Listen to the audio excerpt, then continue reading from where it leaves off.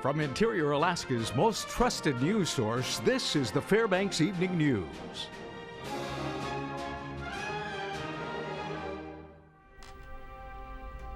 Good evening. Thank you for joining us. A transient woman accused of assaulting a man with a hatchet and a knife was arraigned this afternoon in Fairbanks Superior Court. 26-year-old Deanna Chilligan pleaded not guilty to several felonies. According to court documents, Chilligan assaulted her then boyfriend after he tried to break off their relationship on June 22nd. The victim told police that Chilligan also attempted to commit suicide by locking herself in his vehicle and trying to light it on fire. Chilligan has been in custody at Fairbanks Correctional Center and was recently indicted on felony second and third degree assault, negligent burning, and misdemeanor assault charges.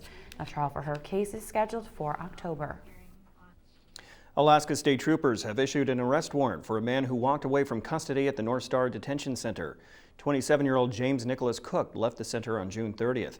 Troopers today confirmed he has not been located. Cook pleaded guilty to felony third-degree assault. He was accused of beating a child while in a drug-induced rage.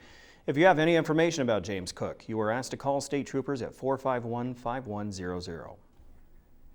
Firefighters that came from the lower 48 to battle Alaska wildfires are going back after the state lowered its fire threat to preparedness level 2 yesterday. The total amount of acres burned in the 49th state remains at 4.7 million acres. Heavy rains in the interior and other parts of Alaska helped lower the fire activity. Tanana area fires also received light showers, but crews are still reporting hot spots in the Spicer Creek fire. Firefighters, including jumpers and hot shots, are completing structure protection towards the north end of the blaze. Now back in the interior, the Fairbanks North Star Borough lifted the fireworks ban in areas under its jurisdiction because of the recent rains. Bureau of Land Management Alaska Fire Service spokesman Sam Harrell says he expects more cases of high activity before wildfire season ends officially.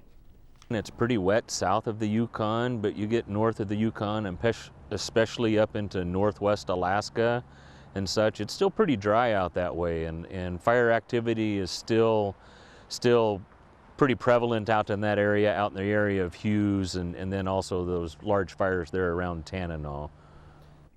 The Fairbanks Police Department will soon be one of the only internationally accredited law enforcement agencies in the state. The department has begun the task of becoming accredited through the Commission on Accreditation for Law Enforcement Agencies, or CALEA. It's a long process, but according to Brad Johnson with FPD, it has already been set in motion with enrollment and the first step of self-assessment. The goals of the process are to further improve and strengthen the department by having other internationally recognized organizations provide greater accountability, increased support, and even an increase in community advocacy. This isn't the first time going through the process for new Chief of Police Randall Aragon. He has gone through CALEA accreditation with 2 other agencies before coming to FPD. The program consists of 4 steps, and Johnson says they hope to have them all successfully completed sometime next year. It's all aspects of our operations, from the reports that we do, when they get done, how they get filed, what subjects they cover, both administrative and operational reports. So pursuit reports, use of force reports, all those kinds of things are included in the standards. We've already started the process through the self-assessment part of that process. We're hopeful that we can speed that process up and not take 3 years, perhaps get our on-site assessment as early as next year. Johnson says that the University Police Department is also seeking accreditation with CALEA and has been training alongside FPD. U.S. Senator Lisa Murkowski yesterday reiterated her opposition to selling off 101 million barrels of oil from the nation's Strategic Petroleum Reserve to pay for unrelated legislative proposals. Her objections came in light of a new report highlighting the stockpile's importance to the United States energy security. Murkowski called the effort to raise $9 billion by selling SPR oil to partially pay for the highway bill a bad deal. She said selling off millions of barrels of America's strategic oil reserve at a time when spare capacity is low and the global threat environment is heightened would be an error of historic proportions. It boggles my mind that we would be willing, so willing and almost eager to tap into this strategic asset for such short-term and limited gain. When we come back, brown bears are sometimes seen in the Fairbanks area, but now a black bear has been spotted and we've got visual proof. That's scary. Also, speaking of brown bears in the southwest part of the state, one area has an abundant amount of brown bears. One reporter recently ventured down there and will share his video with you. Stay with us. And welcome back. Former Alaska Senator Mark Begich announced his support for Assemblyman Carl Castle for Fairbanks North Star Borough Mayor at a fundraiser for the Interior Democrats of Alaska. The fundraiser was at Bobby's downtown restaurant yesterday. Begich made an appearance at the event to voice his support for Castle, who recently placed his letter of intent for borough mayor to the Alaska Public Offices Commission. Castle is currently serving as a council member in the Fairbanks North Star Borough. Another declared candidate for borough mayor is Fairbanks State House Representative Tammy Wilson. The Fairbanks North Star Borough election is set for October 6th. Wilson calls herself a conservative Republican, while Begich describes Castle as a moderate. He's not an extreme on either side. I think he understands clearly the community by his past actions. But when you look at someone like Carl, you're looking for, at least I think, and from my perspective, someone who's a moderate, who can recognize fiscal constraint when necessary when you're dealing with budgets, but also understand that you have to grow an economy, you have to grow a community and support that growth through investment. A black bear has been spotted in the Fairbanks area, and a Goldstream man happened to capture the animal on video as it took a stroll through his backyard. Take a look at this. Alaska Fish and Game officials say it's not rare to see black bears throughout the interior, but catching them on camera is something that proves to be difficult. Fairbanks area bears tend to be more skittish than their southern Alaskan relatives, who are more normalized to human interaction. The Department of Fish and Game says a report of a bear off of Farmers Loop Road, which may be the same one seen in the Goldstream video, was called in this morning. Public Information Officer at the Alaska Department of Fish and Game, Kathy Harms, says the sighting is a great time to remind people about bear safety. Don't allow that bear to eat any food, and that can include your food, that can include your garbage, your dog food, your grain for agricultural animals, anything. If the bear gets access to that food, it will learn to return, and that's not what we need. Katmai National Park, located on the Alaska Peninsula in the southwest portion of the state, is home to the largest population of protected brown bears in the country, about 2,000 of them. Situated on the Brooks River, midway between Lake Brooks and Naknek Lake, is Brooks Falls, one of the most renowned brown bear viewing venues in the world. Upwards of 10,000 people visit the falls each summer to snag a glimpse of these behemoths, fishing for sockeye salmon that must pass over the falls to reach spawning grounds. Our cameras spent a couple of days at Brooks, and we will have a full report for you later this week. Now, these bears have fished these falls for years and are very accustomed to sharing their domain with prying human eyes. As Ranger Landis Ehler explains, this is different than what we'd likely find here in the interior.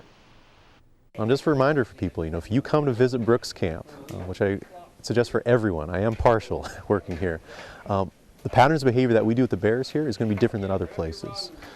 Interior bears, what we call grizzlies, they're not getting as much food resources. These are food-stressed animals. As close as we can get here in Brooks Camp regularly, I would never do with an interior bear. Anyone who's ever had cancer or seen a loved one or friend go through the fight knows first you get hit by the diagnosis and then you get hit by the huge bills for the treatment. The cost of cancer drugs has soared in recent years, pushing so many patients to the brink of bankruptcy. And tonight, more than 100 of this country's top fighting cancer experts are fighting back. We have more now in this week's Health Report.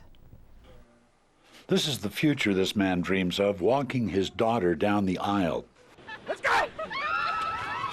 But this is his present, the 7th year of stage 4 colorectal cancer. End of the line. We've gone past circling the drain to clinging to the wreckage. These are bills. I'm depressed. I worry all the time about money. The cost of keeping Stuart alive has taken almost everything. With their insurance maxed out, the foundation now picks up the copay for Stuart's chemo, and increasingly Stuart feels pressure to choose between their home and stopping treatment. We've had the conversation, my wife and I, should I do that? Because our choices are lose the house or lose my life. There's no third choice. 118 leading cancer specialists say drug companies must lower prices that can top $100,000 a year.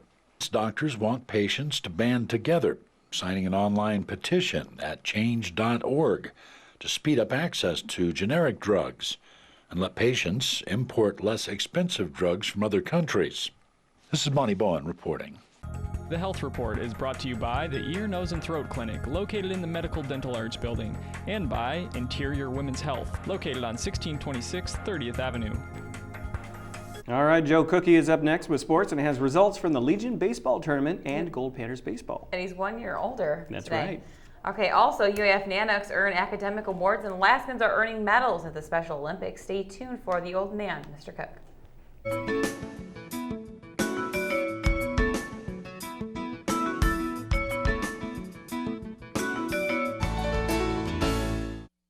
Welcome back, Interior Alaska. Joe Cook back in the sports seat for you tonight with your local Tuesday Sportscast. Today was the opening day of the Alaska Legion State Baseball Tournament in Anchorage. In the final standings, the Fairbanks 49ers, they earned the 7th seed, and the Alaska Wild, they locked up the final playoff spot. The 49ers opened state tournament play against the second-seeded Juneau. Juneau would win the first round matchup 5-2 this afternoon. Stanley, a.k.a. Stasi Skorolski, went 2 for 4 with a RBI to lead Fairbanks in the loss. Nathan Klein went the distance for Juneau, giving up 1 earned, scattering 3 hits, and striking out 11. Fairbanks will face Kenai tomorrow morning at 9 a.m. The Alaska Wild take on top-ranked Chuyak tonight. The Alaska Gold Panthers are struggling to end their losing streak. Monday, they were swept in a doubleheader. The Anchorage Bucks won Game 1 3-0 in 7 innings as Aaron Soto shut out the Panthers with a complete donut. He had 3 Ks and scattered 6 hits in his complete game performance. Alaska scored in Game 2, but the Bucks scored more as the Gold Panthers fell 8-2. Austin Bush put Alaska on the board with a home run, his second of the summer. He had Alaska's only 2 hits. Jeremy McDonald of the Bucks shut out Alaska in 6 innings of work with 7 Ks. Alaska's losing streak has now reached 8 games. If they can break the streak, they open a 4-game series with the Peninsula Oilers tonight in Kenai. And the key part of being a student athlete is being a student first. The Alaska Nanoks exemplified that yet again with more off-season academic awards and accomplishments. 14 Nanoks have been selected for the GNAC's Faculty Athletic Representative Scholar Athlete Award. 156 GNAC players received this award from their institutions as well. Any GNAC student athlete is eligible as long as you have a 3.85 cumulative GPA. For UAF, 9 women and 5 men received the FAR award. The Alaska swim team led all programs with 4 selections. Cross country landed 3, while the rifle and women's basketball team both had 2 winners. Danielle Lyons and Binti Heller of the swim team and Allison McFeeters of the cross country team led all Nooks with perfect 4.0 GPAs. How about that? For the full list of winners, visit this story on the webcenter11.com sports page. And UAF's Andrew Kelly is 1 step closer to getting the grand prize in ESPN's The Basketball Tournament. Kelly and Team 23 out of his home state of Arizona are in the semifinals of the basketball tournament. They defeated LA Unified 77-56 in the quarterfinals over the weekend. LA Unified was coached by LA Lakers guard Nick Young. Kelly hit his only shot attempt of the game and dished out 2 assists in the win. Kelly is a blistering 7 for 18 shooting during the tournament. The former GNAC Defensive Player of the Year and Team 23, a 13 seed, will face the Ants alumni, a 2 seed. Now, Ants alumni, they are the alums from the Fort Wayne Mad Ants NBA D-League Championship team from the 2013-2014 season. The semifinals are this Saturday at 10 a.m. Alaska time. The championship game, where the $1 million jackpot is on the line, will be this Sunday in New York on ESPN. The Special Olympics World Games is going on in Los Angeles, and a number of Alaskans are part of Team USA. 2 of the 4 Alaskans on Team USA earned medals recently. On Monday, C.J. Ohms and Brittany Tregarthen both won bronze medals. Ohms hails from Juneau and placed 3rd in the 100-meter backstroke. His time of 2 minutes 40 seconds on Sunday was good for the bronze. Yesterday, he won a gold medal as part of the 4x1 freestyle relay team, and today he earned silver in the 400-meter freestyle.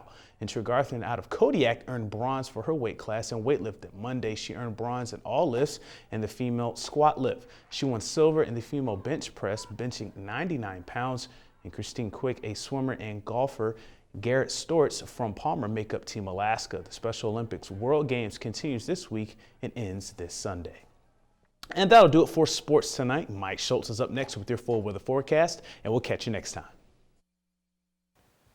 Hello everyone, welcome back into a Tuesday night edition of the Fairbanks Evening News. Time to take a look at the weather. Mike Schultz with you, and it was a much quieter day across the interior today after all the rain we had last night. Just tons of rain falling. Some places up on the Chino Ridge area got close to 2 inches of rain, and we're looking at more showers and thunderstorms around the area tonight, so we can't give up on the rain yet, but it's going to lessen each day for the next couple of days. We'll talk more about that in just a little bit. We have another nice photograph sent in by Bill Blizzard. He sends in quite a few of them. This one was taken at Poker Flats, and again, a gorgeous shot there. And as always, if you have a photograph that you want to share, well, please send it to photos@ktvf11.com, and we'll share it with the rest of the audience. Here are your numbers for the day. 63 for the high, currently 63. The low last night, 52. Look at that record high, 99 degrees in 1919. Obviously, the record high, all-time high. The record low, 34 in 1943. Sunrise and sunset, about 18 hours and 39 minutes, a loss of 7 minutes from yesterday. What's going on the satellite and radar, the long distance shot, you can see more moisture moving across the Gulf of Alaska, and then across the interior with the daytime heating, more showers and thunderstorms developing in the last bit here. You can see a pretty good band of moisture moving our direction, so we could, like I said, see some more showers tonight. In the latest radar zooming in on the Fairbanks area, again, we are surrounded by clouds and showers, so it's just a matter of time before some showers move in on the Fairbanks area, so that's why we're keeping them in the forecast for tonight. What else is going on across the rest of the state? Raining around Juneau, also raining at Ketchikan for the second day in a row. More showers around the Anchorage Bowl, 65 degrees there. Just cloudy skies at Kodiak, Cold Bay at 56 and cloudy skies. Another nice day up and down the west coast. Nome checking in with 59 degrees. Chilly day in Barrow for the second day in a row, 37 degrees there. And Fort Yukon with 63 and partly cloudy skies. Lower 48 weather, is it hot? Well, you better believe it. 106 degrees at Phoenix, 103 degrees in Las Vegas. Another hot day in San Francisco, 87 degrees. I used to live there. That's very hot temperatures this time of year. Seattle at 82. Not quite 100 degrees at Dallas, Fort Worth, not nearly as warm as it was yesterday in Denver, and the thunderstorms are across the Minneapolis area have moved out over to the eastern half of the country. Showers and thunderstorms over the deep south, 100 degrees in St. Louis and warming up again in Chicago, very hot and very humid over the northeast. On the satellite and radar, one band of showers and thunderstorms moving across the Great Lakes, another band moving across the northern plains around the North Dakota area, and more showers developing across the southwest, while the western half of the country, once again, very clear conditions. Over the east, even though there's a cold front moving in, it's not going to help the heat. The humidity may drop a little bit, but the heat is going to prevail, so very hot temperatures expected there once again, and it's all because the jet stream, once again, is way up to the north, and then taking a big dive down to the south and then zooming back up again, and again allowing all the hot air to move up from the south with more storms and heat and humidity. Well, back to Alaska for tomorrow. Here's what it looks like. And we're looking at, for the most part, over the northern sections, rain and snow showers in Barrow. How about that? Mostly sunny skies at Nome and rain showers in the Fort Yukon region. Over the south, the interior sections, showers and thunderstorms across the region, with flooding of small streams possible because of those heavy showers that move across the area, and that's more likely around the Healy region. Delta Junction 66 for the high tomorrow. Over southeast Alaska, more periods of rain expecting, stretching from Juneau to Ketchikan, while over to the southwest, it looks like for the most part, cloudy skies at Cold Bay, showers for Bethel, and mostly cloudy in Kodiak. To the south central sections, mostly cloudy at Anchorage, showers likely for Homer and Valdez. All right, our forecast for the remainder of the night. Like I said, widely scattered showers and isolated thunderstorms, a good bet, 55 degrees. The overnight low, tomorrow's forecast, 70 degrees. More afternoon showers and isolated thunderstorms. But the good news is on the 5-day outlook, you see skies becoming just mainly cloudy by Friday. Saturday, Sunday, and Monday, temperatures slowly warming back up, getting to the low 70s, and this precipitation should be dropping off, so the weekend is still looking pretty good, with overnight lows still hanging around those mid to upper 50s. That's not too bad, but I have to say, Joe, how was your birthday yesterday? Oh, it was good. It was good. Say a year older, year wiser, so doesn't feel too different, at least not yet. Oh, good. Now you we'll can rent a car. We'll see if you're really a year wiser. Right, in the coming year. In the coming year. He's got time. I can already rent a car. I'm 28 now.